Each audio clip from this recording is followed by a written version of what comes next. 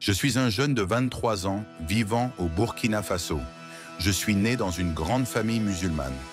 Mon histoire fait allusion à un mariage que je ne veux pas. Mon père veut me donner en mariage à une fille que je ne désire pas.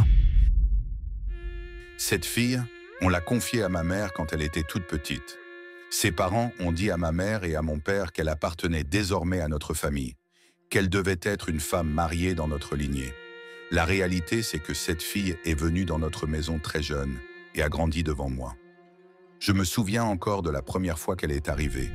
Elle était minuscule, silencieuse, avec de grands yeux inquiets. Ma mère la tenait par la main, comme on tiendrait un chaton effrayé. Elle s'appelait Aïssatou. Elle avait peut-être 5 ou 6 ans. À l'époque, je n'avais que 10 ans, mais dès ce jour-là, j'ai compris que quelque chose avait changé dans notre maison. Les années ont passé. Aïssatou est devenue comme une petite sœur. On mangeait ensemble, on jouait parfois, mais une distance restait. Elle savait qu'elle était chez nous, mais pas vraiment libre. Ma mère disait souvent « Elle est notre fille maintenant ». Mais ce mot-là, « notre », sonnait différemment pour moi. Aujourd'hui, tous mes frères et sœurs sont mariés. Je suis le seul encore célibataire.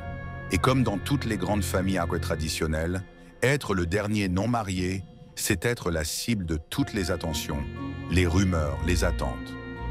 On me répète chaque jour que le temps passe, qu'un homme doit fonder sa maison, qu'un fils digne de ce nom respecte les choix de son père.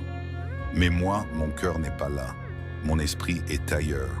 Quelques jours avant que tout ne bascule, j'avais donné rendez-vous à Mariam au marché de Sankariaré, au cœur de Ouagadougou. Les étals débordaient de mangues dorées, de pagnes wax aux motifs éclatants, et les motos slalomaient entre les passants, soulevant des nuages de poussière rouge. L'odeur du poulet yassa se mêlait à celle du mil grillé, et le vent de l'harmattan piquait les yeux. Mariam m'attendait près d'un vendeur de bissap, un foulard bleu noué autour de la tête, ses boucles d'oreilles en argent scintillant sous le soleil. Ses yeux pétillaient, mais une ombre d'inquiétude les traversait. « Tu es bizarre aujourd'hui, Moussa », a-t-elle dit en prenant ma main.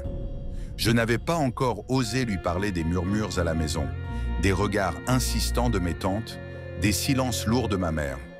Mais Mariam lisait en moi comme dans un livre ouvert. « Il parle d'Aïssatou, c'est ça ?» Sa voix tremblait, comme si elle craignait la réponse. J'ai hoché la tête, incapable de mentir.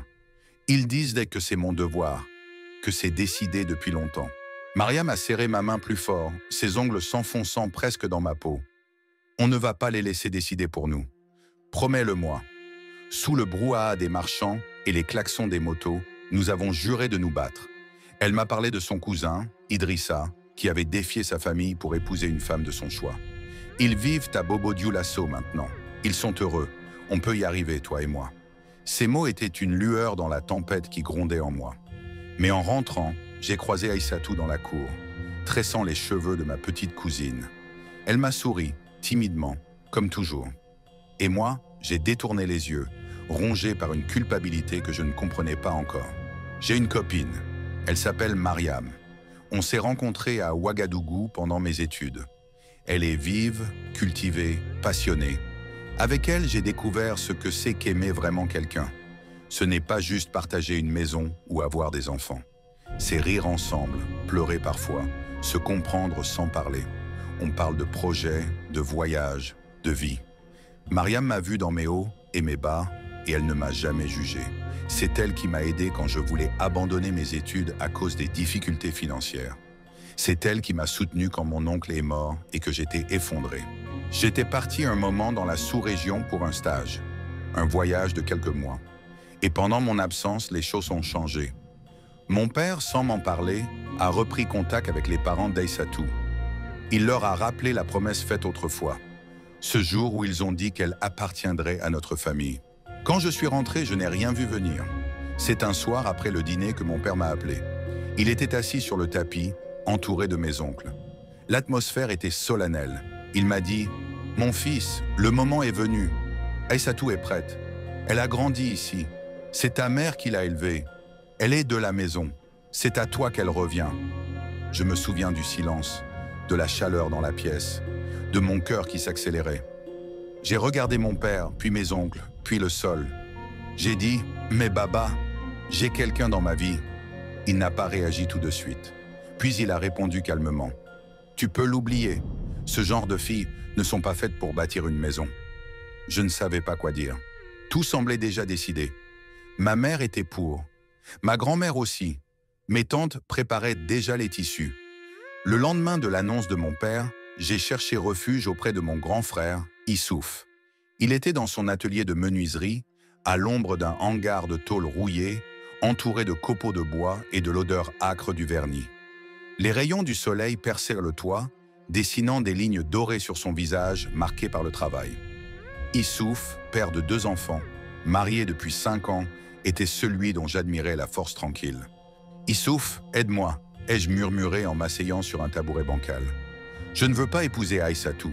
Je ne peux pas. » Il a posé son rabot, essuyé la sueur de son front avec un vieux chiffon et m'a fixé, les yeux plissés. « Tu crois que le mariage, c'est une histoire d'amour » Sa voix était grave, presque tranchante. Moi aussi, j'avais une autre en tête avant Fatimata. Mais Baba a choisi et aujourd'hui, je ne regrette rien. La famille, c'est plus grand que tes sentiments, Moussa. Ces mots m'ont frappé comme un coup de massue. Je lui ai parlé de Mariam, de nos rêves, de nos soirées à discuter sous les étoiles. Mais Issouf a secoué la tête. Cette fille, elle vient d'où? Elle n'a pas grandi avec nous. Elle ne connaît pas nos façons. Et Aïssatou, tu veux la laisser à qui? Elle n'a que nous. Il m'a raconté comment, enfant, il avait vu les parents d'Aïssatou, pauvres et malades, confier leur fille à notre mère. C'était un pacte, un serment. Tu ne peux pas le briser. En quittant l'atelier, le soleil déclinait, peignant le ciel d'orange et de violet. J'étais perdu. Issouf, mon modèle, voyait mon amour comme une faiblesse. Ce soir-là, je suis allé à la mosquée du quartier. Agenouillé sur le tapis usé, j'ai prié pour une réponse. Mais seul le silence m'a répondu, ponctué par le chant des grillons et le murmure des fidèles. Depuis ce jour, je ne dors plus. Je pense à Mariam, je pense à Aïssatou qui n'a rien demandé, mais qui suit ce que la famille veut.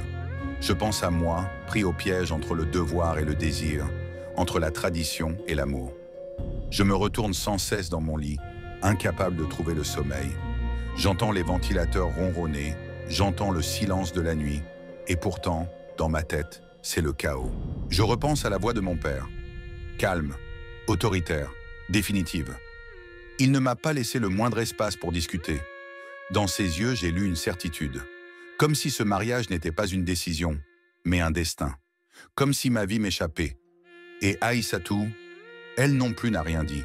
Elle n'a jamais dit qu'elle voulait m'épouser. Elle n'a jamais exprimé un sentiment. Elle se contente de suivre, de baisser les yeux. Peut-être par respect, peut-être par peur, ou peut-être parce qu'elle aussi, elle ne sait pas comment dire non. Elle est douce, discrète. Elle ne mérite pas de vivre dans l'ombre d'un homme qui ne l'aime pas. Et moi, je ne veux pas jouer ce rôle-là. J'ai fini par en parler à Mariam. Je ne pouvais pas lui cacher ça. Je me souviens encore du moment. C'était dans un petit maquis tranquille, à l'écart du centre-ville. On s'était retrouvés là pour discuter, pour retrouver un peu de légèreté. Mais je n'avais pas réussi à faire semblant plus longtemps. Je lui ai tout dit, le mariage arrangé, la pression, la promesse faite quand j'étais enfant. Sa main tremblait légèrement. Elle me regardait fixement, comme si elle essayait de deviner si j'étais en train de rompre avec elle. « Et toi, tu veux ça ?» m'a-t-elle demandé, la voix cassée. J'ai pris une longue inspiration. J'avais envie de lui hurler que non, que je ne voulais pas, que c'est elle que j'aimais. Mais les mots sont restés coincés dans ma gorge, comme si dire non à mon père, c'était blasphémer. Comme si, en prononçant ces mots, j'allais provoquer une tempête dans ma famille. Je ne sais pas quoi faire, Mariam. Je suis perdu. Elle n'a rien dit pendant un moment. Elle a juste baissé les yeux. Et dans ce silence, j'ai senti la distance s'installer. Ce soir-là, en rentrant, j'ai croisé Aïssatou dans le couloir. Elle portait un plateau vide, nos regards se sont croisés. Elle a souri, timidement, comme elle le fait toujours. Et moi, j'ai senti un poids, un malaise, une culpabilité. Parce qu'elle aussi, c'est une victime. Elle n'a pas choisi ça.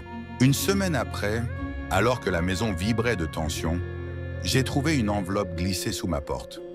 L'écriture était fine, hésitante. À l'intérieur, une lettre d'Aïssatou. Mon cœur s'est arrêté en lisant ces mots. Cher Moussa, je ne sais pas si j'ai le droit d'écrire ces mots.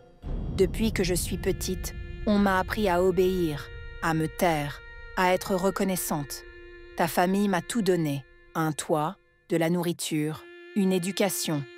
Mais je ne peux plus faire semblant. Je ne veux pas t'épouser. Pas parce que je ne t'estime pas. Tu es un homme bon, Moussa. Mais parce que mon cœur appartient à un autre. Il s'appelle Souleymane. C'est un tailleur du quartier. Nous nous aimons en secret depuis 1 an. Je sais que c'est impossible, que ta famille ne l'acceptera jamais. Mais je devais te le dire. Pardon si je te fais honte, Aïssatou. J'étais pétrifié. Et Aïssatou, si discrète, si effacée, portait un secret aussi lourd que le mien. Le lendemain, je l'ai cherchée.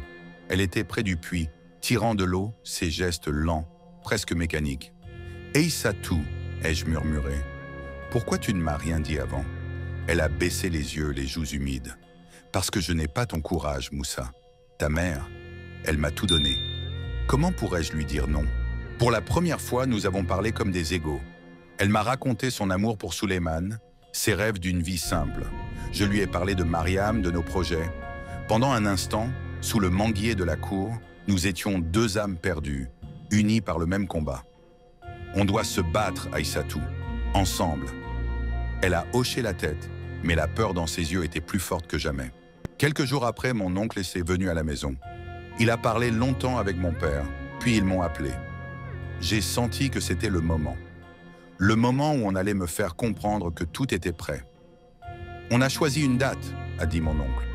Comme ça, froidement, simplement.